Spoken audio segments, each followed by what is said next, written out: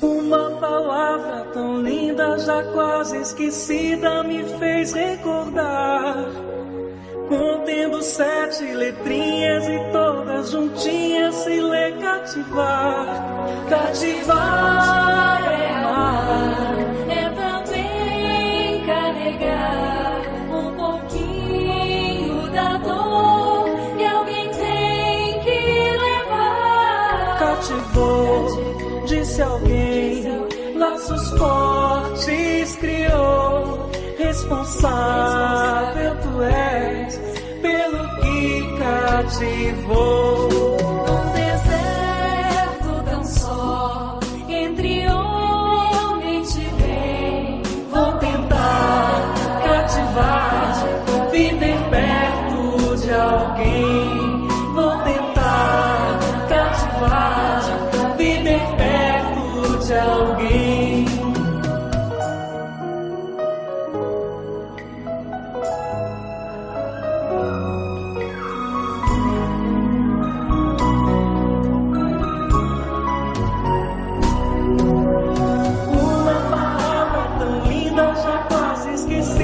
Me fez recordar, contendo 7 letrinhas e todas juntinhas se lê cativar.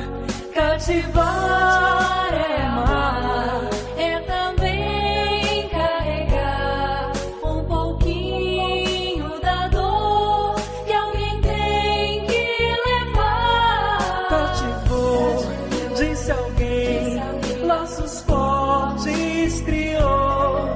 Responsável tu és pelo que cativou.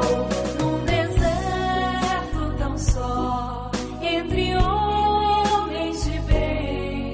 Vou tentar cativar, viver perto de alguém. Vou tentar cativar, viver perto de alguém. Boa noite, meus amigos, meus irmãos em Cristo. Sejam bem-vindos a mais uma noite de palestra da Seara Espírita de Luz. O tema da nossa conversa de hoje é Liberte-se pelo Perdão. Um tema muito interessante que nós vamos aprender juntos um pouco mais sobre esse sentimento. Vamos antes pegar a nossa água, o nosso copo ou a nossa jarra, já deixando aqui junto de nós enquanto assistimos a nossa conversa, para que possamos frutificá-la ao final. Entrando no tema da nossa conversa de hoje, vamos à leitura da nossa mensagem. Hoje nós vamos ler uma mensagem do livro Vigiai e Orai, de Carlos Bacelli, psicografada pelo irmão José. É esse livrinho aqui. O título da mensagem é Sempre que orares. Sempre que orares, lembra-te dos teus desafetos, daqueles que deve diuturnamente incluir em teus pensamentos de paz, daqueles que sem que saibas o motivo não se afinizam contigo, daqueles que te inspiram o menor simpatia, no entanto, estão sempre cruzando com teus passos, daqueles com os quais muitas vezes nunca dialogaste, mas vivem comentando a teu respeito, daqueles que te invejam por te suporem ser o que não és, daqueles que indiretamente feriste e não te oferecem chance de reconciliação, daqueles que torcem inexplicavelmente pelo teu fracasso, daqueles, enfim, que, induzindo-te a desmenti-los, te motivam a ser melhor do que és. Então vamos fechar os nossos olhos para a nossa prece inicial. Vamos respirando lenta e profundamente, entrando em conexão com a espiritualidade maior, deixando que essa luz divina desça do alto sobre nós, derramando suas bênçãos sobre todos nós. Nós agradecemos, Senhor, pela vida, pela nossa saúde, pelo nosso lar, e rogamos, Senhor, que esteja conosco durante toda esta noite, que nos auxilie a apreender todos os ensinamentos que vós nos ofertou quando encarnado aqui nesse plano terrestre. Que nós possamos colocar em prática todos os aprendizados que nos são ofertados, nos melhorando como espíritos, para que possamos galgar o degrau e ficar mais próximo de Ti. Obrigada, Senhor, esteja conosco hoje e sempre. Perde-se pelo perdão. Vamos começar com um pensamento e uma reflexão, tá? Se nós ganhássemos, se alguém atirasse, melhor dizendo, se alguém atirasse uma pedra contra nós, o que nós faríamos? Nós guardaríamos essa pedra para atirá-la ao nosso agressor posteriormente, em um momento oportuno, ou nós trataríamos dos ferimentos que a pedra causou, esqueceríamos a pedra, deixaríamos a pedra ali no lugar onde ela caiu. Se você respondeu que guardaria essa pedra para devolvê-la para quem te agrediu em um momento oportuno, pense como seria difícil conviver com essa pedra junto a você. Vamos supor que, como a gente não vai ficar com ela nas mãos, nós guardaríamos no nosso bolso. Olha o peso que nós carregaríamos incessantemente com essa pedra no bolso. Quando nós avistássemos algum ente querido, um amigo, um familiar e quiséssemos dar aquele abraço gostoso, essa pedra estaria aqui entre nós, atrapalhando este contato físico. Se a gente ganhasse uma flor de alguém, a gente não poderia guardar essa flor no nosso bolso, porque o nosso bolso já está ocupado com essa pedra. E a gente pode nunca mais encontrar o nosso ofensor. A pessoa que jogou a pedra em nós pode desaparecer das nossas vidas e nós nunca mais o encontraremos. E teríamos levado essa pedra dentro do nosso bolso, anos a fio, inutilmente. Agora, comparando essa situação com uma ofensa, o que nós fazemos quando recebemos uma ofensa? Se nós guardamos essa ofensa para revidar depois, em um momento oportuno, ela é igual a pedra. É um peso inútil que nós estamos carregando. Mas a diferença é que nós não estamos carregando essa ofensa no nosso bolso, mas nós estamos carregando essa ofensa dentro do nosso coração. Nosso coração vai pesando durante todos os anos em que nós carregamos essa ofensa aqui dentro.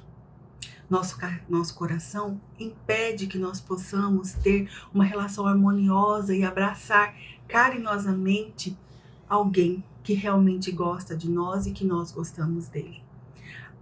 As flores que nós recebemos, nós não colocamos mais no nosso coração, porque o nosso coração está cheio de amargura, está cheio de rancor, só pensando naquela ofensa que nós recebemos. Quantas vezes nós deixamos de sorrir para alguém carregando essa ofensa, essa pedra? Agora, se a gente pensa diferente, se quando a gente recebeu aquela pedrada, a gente não ligou para a pedra, mas a gente procurou cuidar do nosso ferimento, fica fácil perceber como isso também pode acontecer quando se trata de uma ofensa. É uma decisão muito inteligente, pois a gente pode agir da mesma forma, não importando com a ofensa, cuidando dos nossos sentimentos, onde aquilo que nós recebemos nos machucou, e seguindo em frente, não guardando nada de ruim dentro dos nossos corações, muito menos tentando o melhor na esperança de lá na frente revidar aquela ofensa que nós recebemos.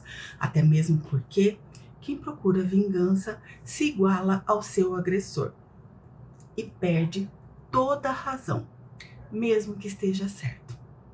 A gente passa do lado certo para o lado errado. E isso é muito claro, isso é muito transparente para nós enxergarmos. Quando alguém faz algo contra nós, nós olhamos para aquela pessoa e falamos assim, nossa, como fulano é baixo, como fulano pôde fazer isso comigo, como ele foi desleal, leviano, e aí a gente tece séries de qualificações sobre aquela pessoa. Só que nós, ao tentar fazer a mesma coisa, ao procurar a vingança ou a justiça, como nós dizemos, estamos nos igualando a ele. Como será que nós olharíamos para nós mesmos se estivesse fazendo a mesma coisa, o mesmo mal? Seríamos tão rude? Seríamos tão duro conosco mesmo? Jesus nos ensinou a perdoar. Quando esteve aqui, ele perdoou aos seus algozes, ainda sofrendo na carne tudo o que ele tinha sofrido. A doutrina espírita também nos ensina o perdão. O Evangelho segundo o Espiritismo, no capítulo 10, denominado Bem-aventurados os que são misericordiosos, traz no item 15: perdoar aos inimigos é pedir perdão para si próprio. Perdoar aos amigos é dar-lhes uma prova de amizade. Perdoar as ofensas é mostrar-se melhor do que era. Perdoar, pois, meus amigos, a fim de que Deus os perdoe. Porquanto, se fordes duros, exigentes, inflexíveis, se usardes de rigor até por uma ofensa leve, como querereis que Deus esqueça de que cada dia maior necessidade tendes de indulgência? Ai daqueles que diz, nunca perdoarei, pois pronuncia a sua própria condenação. E é muito verdadeiro isso.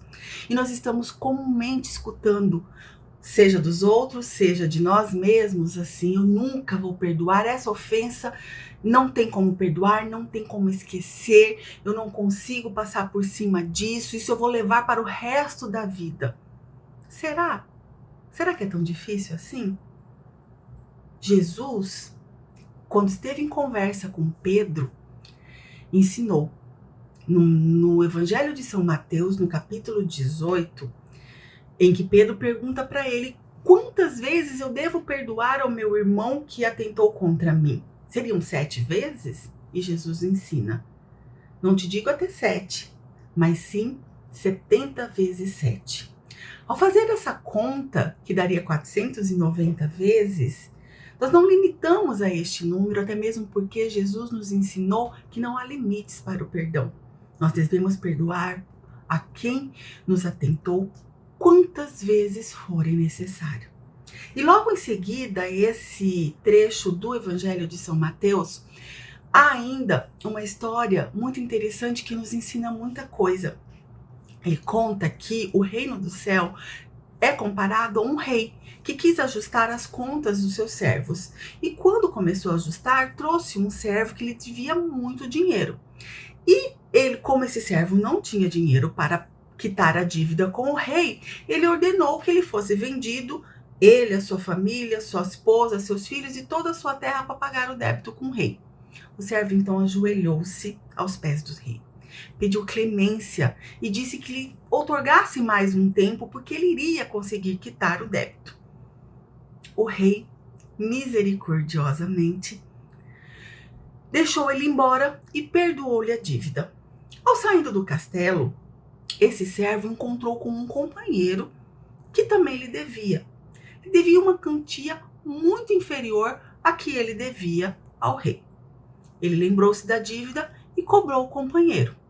O companheiro disse que não tinha como pagá-lo, ainda não tinha conseguido juntar a quantia necessária para saldar essa dívida.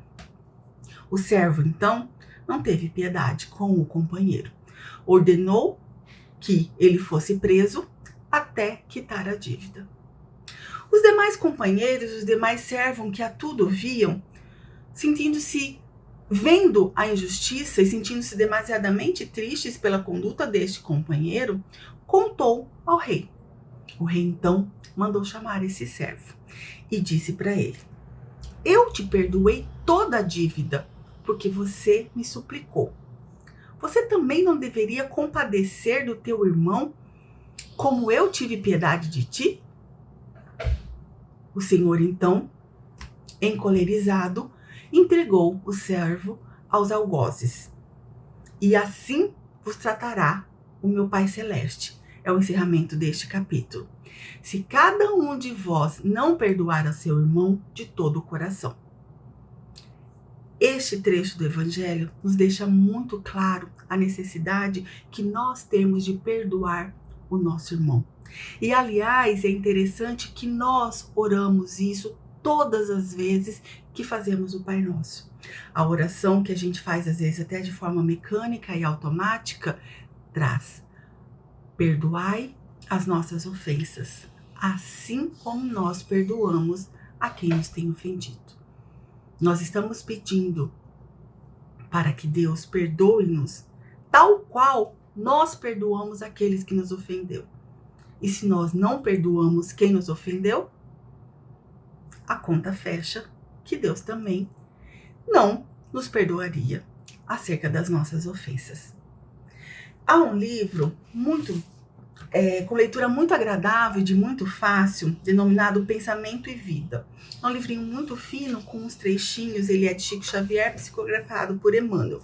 Vou mostrar a capa para vocês, para quem tiver interesse. Num desses tópicos, no tópico relativo à tolerância, eles nos ensinam assim: opor ódio ao ódio é operar a destruição. O autor de qualquer injúria invoca o mal para si mesmo. Em vista disso, o mal só é realmente mal para quem o pratica. Revidá-lo na base de inconsequência em que se expressa é assimilar-lhe o veneno. É imprescindível tratar a ignorância com o carinho medicamentoso que dispensamos ao tratamento de uma chaga.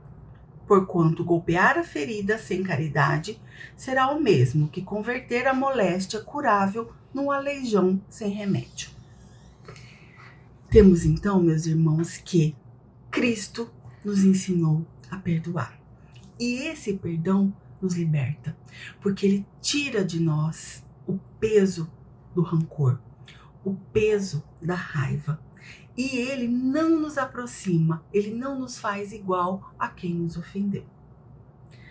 Mas se ainda a gente não estiver convencido de que todos os ensinamentos de Cristo e do Espiritismo são no sentido de que nós devemos perdoar, de que para nós o melhor é perdoar, sejamos um pouco, entre parênteses, egoístas neste momento e pensemos em nós enquanto matéria, em nós como pessoas físicas. Bom, é plenamente de conhecimento de todos a interação entre o corpo e mente.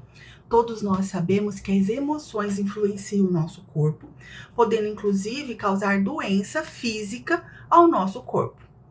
Nesse sentido, o perdão é um processo emocional dos mais complexos, porque ele desencadeia emoções com alto grau de intensidade, como a ira, o rancor, a dor, a tristeza e até a paranoia.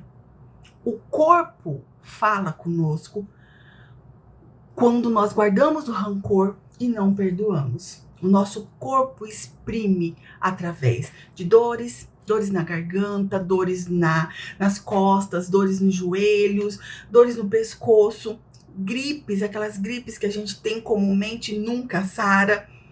Bom, tudo isso pode ser reflexos de rancores guardados dentro dos nossos corações com necessidade de serem aliviados, ou melhor dizendo, libertados pelo perdão.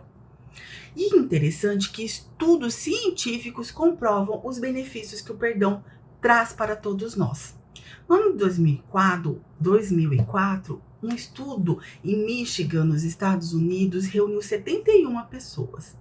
E elas foram monitoradas e foram pedido para que elas lembrassem de um fato que tivesse trazido dor, tivesse trazido descontentamento, que tivesse machucado o sentimento delas. automaticamente os níveis de estresse, de pressão, de batimento cardíaco aumentaram. Após constatarem isso, foi pedido que elas tentassem olhar para essa situação de uma forma diferente, se colocando no lugar do agressor, tentando entender os motivos pelo qual ele agiu assim.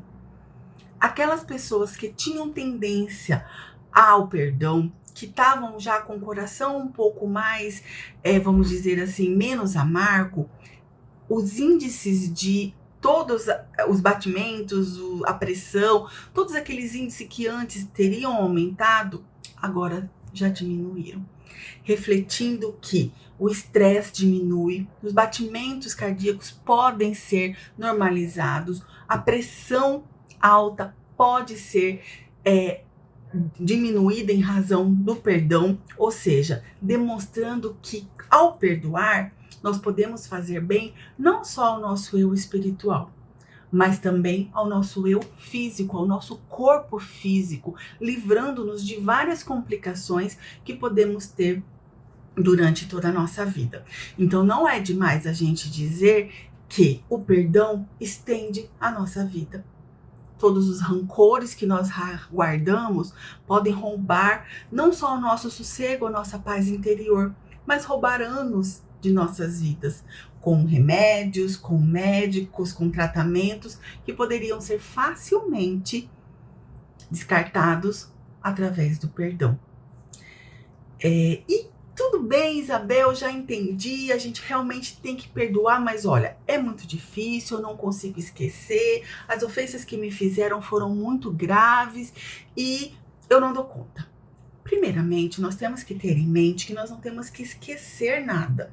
Nós estamos falando de perdoar para que nós nos sentirmos bem.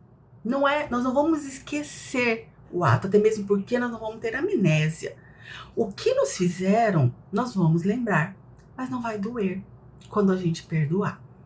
Toda vez que a gente rememora aquele fato com aquele grau de intensidade, toda a dor que a gente sentiu, é como se a gente estivesse macerando todo o nosso coração e a gente chega a sentir exatamente a mesma dor que a gente sentiu no momento em que nós fomos ofendidos. Com o perdão, a gente lembra do fato, mas esse maceramento, essa dor, esse rememorar não ocorre mais. Como que a gente pode fazer isso? Como que a gente pode trabalhar esse perdão das ofensas? Bom, primeiro a gente não deve minimizar ou negar a nossa dor. Alguém fez algo conosco, nós estamos sentindo essa dor é legítima. Nós não podemos dizer, não, isso não é nada. Não, sentimos a dor, conhecemos essa dor dentro de nós, demos a ela o devido respeito e a devida importância durante um período. Depois é a hora de passar para frente. Vamos limpando essa dor e trabalhando essa dor dentro de nós. Nós não devemos deixá-la por muito tempo, maximizando e deixar por muito tempo a ponto de que passar por ela batido numa tentativa de fazer de conta que ela nunca existiu. A dor, ela deve ser sentida, mas na proporção certa. Outra coisa, quando a gente já tiver um pouco mais desse conhecimento dessa dor, é tirar a emoção do que aconteceu. Todas as nossas histórias, todas as nossas mágoas, elas guardam um estreito relacionamento com o nosso sentimento e elas estão eivadas de emoção. Tente tirar a emoção da história. Às vezes acontece até uma situação engraçada. Por exemplo, eu liguei para uma amiga, eu estava muito triste porque eu levei algo aconteceu no meu serviço, eu estava realmente muito triste, eu liguei para minha melhor amiga, porque eu sei que ela me compreende, eu sei que ela conversa comigo, daquelas amigas que no falar a gente conhece o que está acontecendo de errado, e eu tinha certeza que ela ia me escutar, e ia me dar algumas palavras que iam me consolar e eu ia melhorar. Quando eu liguei para ela, ela falou comigo rapidinho e disse que tinha um compromisso com o namorado dela. Não me consolou, não me deu a devida atenção e me deixou sozinha. Isso machucou meu coração. eu fico remoendo isso porque como a minha melhor amiga fez isso comigo? Vamos tirar a emoção? O que aconteceu nessa história que eu te contei? Eu estava mal, porque eu tive um problema no meu serviço, liguei para minha melhor amiga, ela não pôde falar comigo porque ela tinha um compromisso com o namorado. Quando nós tiramos a emoção do contexto, a gente vê o fato frio. E esse fato pode não reverberar e gerar tanta mágoa quando a gente imagina que gera, quando a gente está carregado daquelas emoções que nós colocamos no fato. Além disso, a gente tem que tentar procurar entender o outro. Quem feriu a gente vai responder pelas suas ações na justiça divina. Mas nós podemos tornar esse processo do perdão mais fácil entendendo por que a pessoa agiu desse jeito. A gente está andando numa rua e passa um carro muito rápido e joga lama na gente. O nosso ímpeto é atacar, xingar e maldizer essa pessoa que agiu dessa forma. Nós já paramos para pensar que dentro desse carro poderia estar uma pessoa com um filho, uma mãe, um parente passando muito mal e ele só tinha pressa para chegar ao hospital. Ele nem viu lama, nem me viu na calçada e muito menos teve a intenção de me sujar. Se nós estivéssemos nesse carro, na mesma situação, nós não teríamos agido dessa mesma forma? Conhecer o outro, se colocar no lugar ou na situação em que o outro está quando nos ofendeu, pode ser um caminho muito importante para o perdão. Porque ele nos mostra que talvez se nós estivéssemos na mesma situação, nós teríamos agido do mesmo jeito. E de repente, nós teríamos ofendido a outra pessoa, tal qual essa pessoa nos ofendeu. Outra coisa que a gente não pode esquecer é que ninguém é bom ou mal o tempo todo. Nós estamos num planeta de prova e expiações e aqui nós cometemos erros.